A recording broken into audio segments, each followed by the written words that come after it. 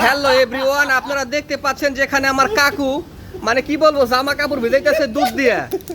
মানে জামা কাপড় বলতে যে আমাদের রেস্টুরেন্টের যে তোয়াইলা বা স্পোনিয়া বা কপরি মার্কা যাই থাকে এইগুলো দেখেন দুধ দিয়ে ভিজাইতেছে আমাদের কাকু।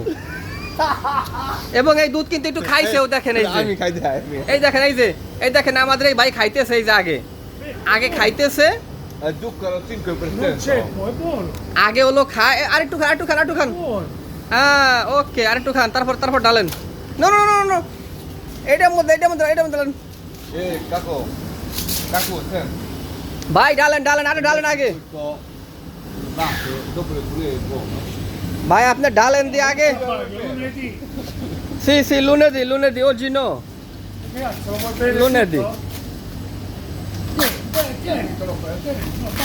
dai, Bastano tre.